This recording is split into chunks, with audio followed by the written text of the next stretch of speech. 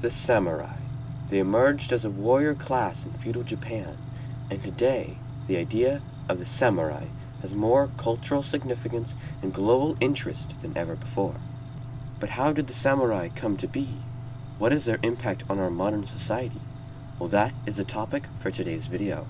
So ensure your mind and thoughts are clear and your katana is sharpened, for today we are diving into the fascinating history, importance, and impact of the samurai.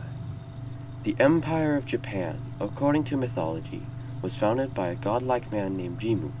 He is said to be a descendant of the sun goddess Amaterasu, and holds divine or religious status. In many ways, the emperors of Japan who ruled from Jimmu in 660 BC all the way to the present had not only the authority to rule Japan, but they also were seen as leaders of great worship, much like a pope of Christianity. Needless to say, the first emperor of Japan was crowned in 660 BC.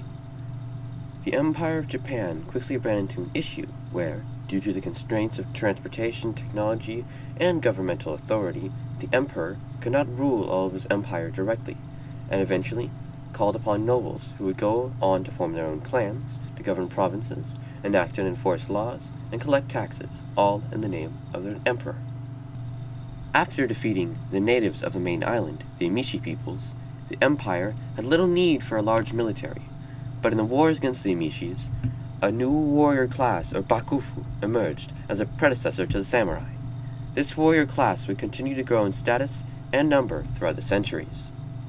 After a bloody civil war known today as the Genpei War, the first shogunate, or military government, was established. The Kamakura shogunate was born. The many shoguns who ruled over Japan acted as the actual ruler, where the emperor was really just a figurehead at this point. The shoguns, these incredibly powerful men, would rule the warrior class, which in turn ruled Japan. It was here a feudal rank system emerged, where the shogun at the top ruled over powerful clan leaders called daimyo, who ruled over lesser nobles and samurai. Through this system, the Kamakura shogunate established a new feudal government. However, in 1274 and 1281, the Mongols would attempt to invade Japan, and the Japanese would have been crushed militarily if not for the Divine Wind, which sank many Mongol ships, thus dooming the Mongol invasion both times.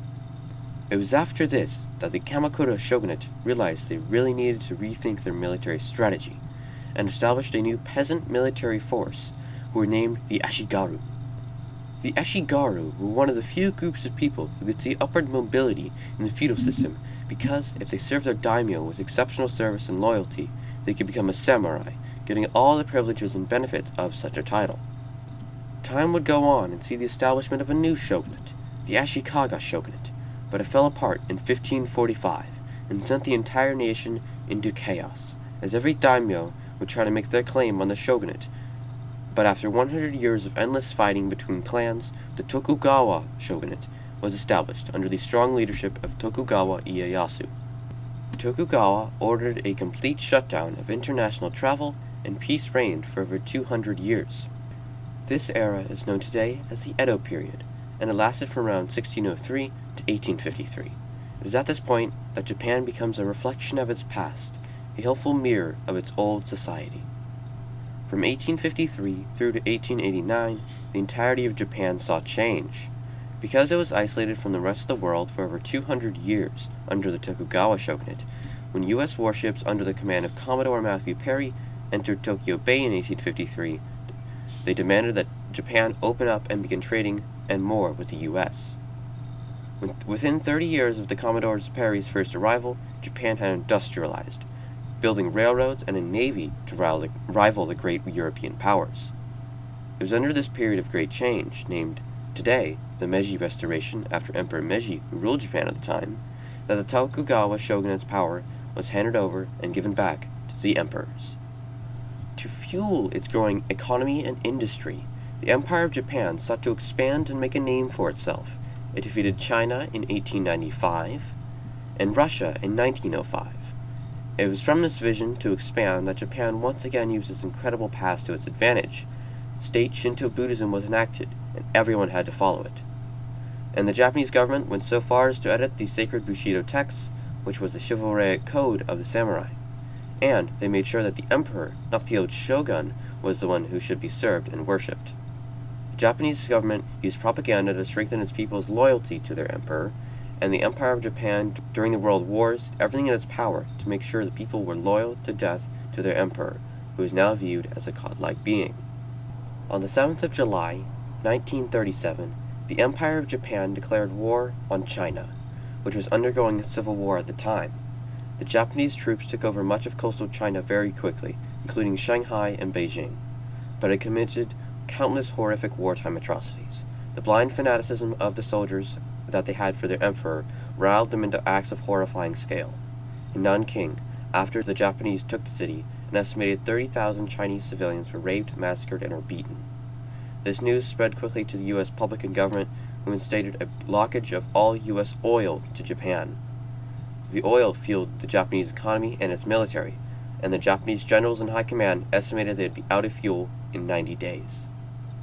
Hoping for a quick victory, on December 7, 1941, a Japanese task force consisting of 6 aircraft carriers, battleships, and more launched a surprise attack at the U.S. base at Oahu, crippling multiple ships in just a couple of hours, leaving nearly 2,400 Americans dead. But the U.S. would go on to destroy 4 Japanese aircraft carriers, the heart of their fleet, at the Battle of Midway in June 1942. This decisive defeat for the Japanese left their navy crippled and on the back foot for the rest of the war, and Japan, after the atomic bombings of Hiroshima and Nagasaki, surrendered to the United States. The war was over, but Japan, a country devastated by bombing, starvation, and military division, had much rebuilding to do. Eventually, from pressure from United States occupying forces and his cabinet and more, the current emperor of Japan, Emperor Hirohito, admitted he was no god. He was a human being just like everybody else. The nation then entered an era of reconstruction and change once more. The emperor once again became but a figurehead, and a Congress, Parliament, and a Prime Minister were all elected. The culture of the samurai has a great impact on today's cultures. From movies like Seven Samurai, from which the movie Magnificent Seven was inspired, from Western media's perception and interpretation of the legacy of the samurai, from movies like The Last Samurai, starring none other than Tom Cruise, and more, all leaving a lasting impression of who the samurai were, what role they played in Japan's history, and what role they'll play in the future to come.